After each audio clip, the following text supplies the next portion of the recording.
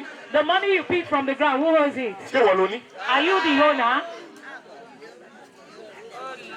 Life is simple. This life is simple Tó o bá ti lójú kòkòrò. if you are not covetous. Ìyá kan wà níbí. There's a Mi ò dá mọ̀ báyìí. Bóyá mo bá there's a sọ̀rọ̀. mother here. Á gẹ̀ẹ́sì ara ẹ̀. Ìyá kan, dákẹ́. Quiet please.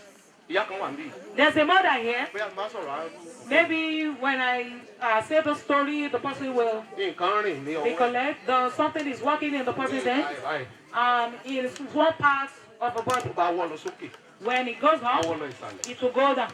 Kí ló dẹ̀ ṣẹlẹ̀? And what happens? Ó rówó ńlẹ̀.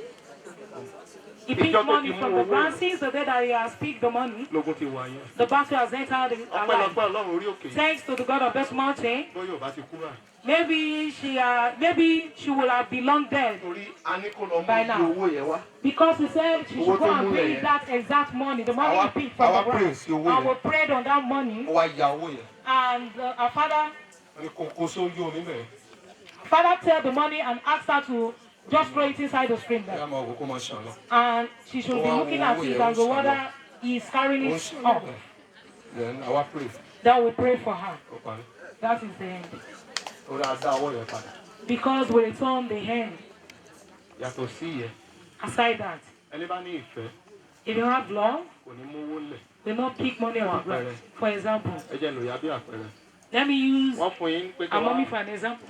ibi kan tẹ́ kọ application. Where you wrote Or an a message, application to, they Láti send you a 8 message o'clock ní àárọ̀ ọ̀la. that by 8 a.m. Okay, tomorrow, you should come. Ṣé ṣe interview nìkan? It's not that you do an interview, they've assured you that it will be possible.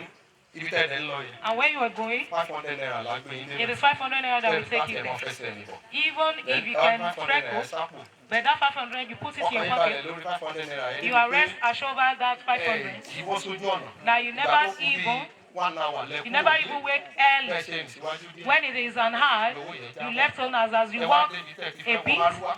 Ẹ̀ṣẹ̀ wá ń wá owó. you lost the money. When you got to a place you want to take marijuana, Ẹ wá bọ́ sọ́dọ̀ then ẹ you wá fẹsẹ̀ suspected rìn that lọ. you lost it then. Ẹ wá fi You went back wákàtí there. méjì rìn débẹ̀. They pick it and you used Aago to have to mẹ́jọ work ti wá it. dago mẹ́sàn-án. And Wọ́n wá ní 8 sọ́ọ̀rì. a.m. becomes 9 a.m. Aago mẹ́jọ. Then Wọ́n one tó is ṣe tó ti léètì. sorry. Bàbá gbà ẹ́ síṣẹ́. Now, Wà á mọ léètì débẹ̀. what makes Wọ́n you ní to sẹ́yìn come tí wọ́n late? sọ́wọ́ ẹlòmíì. If you can Kí ni employ òjẹ́ kí you, sẹ́yìn bọ́ sí? if you can employ you to come in Bó late, ṣe what padà makes yẹn, the owó work tó have lè to come? tó bá bá ń bẹ̀. To pass. Á kàn ṣe kí ni? Let's assume that she made the money Ṣé rí and that ìyá ẹ̀ person yẹn? should drop it. Ẹni tó mú owó yẹn ló máa jẹ́. That punishment would be on the person that picked the money.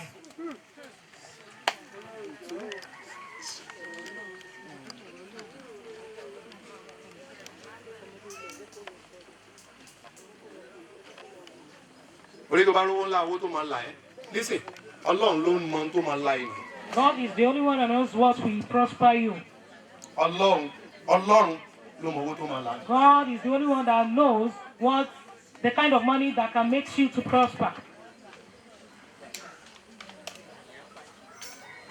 I have quite some numbers of politicians. I'm a wasibi. Oríṣiríṣi àwọn òṣèlú that it comes here.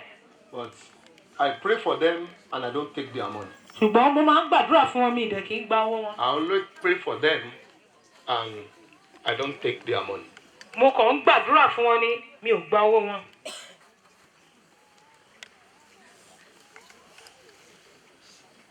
A gbàdúrà fún kan leader kan ní Nàìjíríà We yìí pray nígbà for one of the leader of this Nigeria, group that belongs sí in PFN. the group that father belongs to in Later, PFN.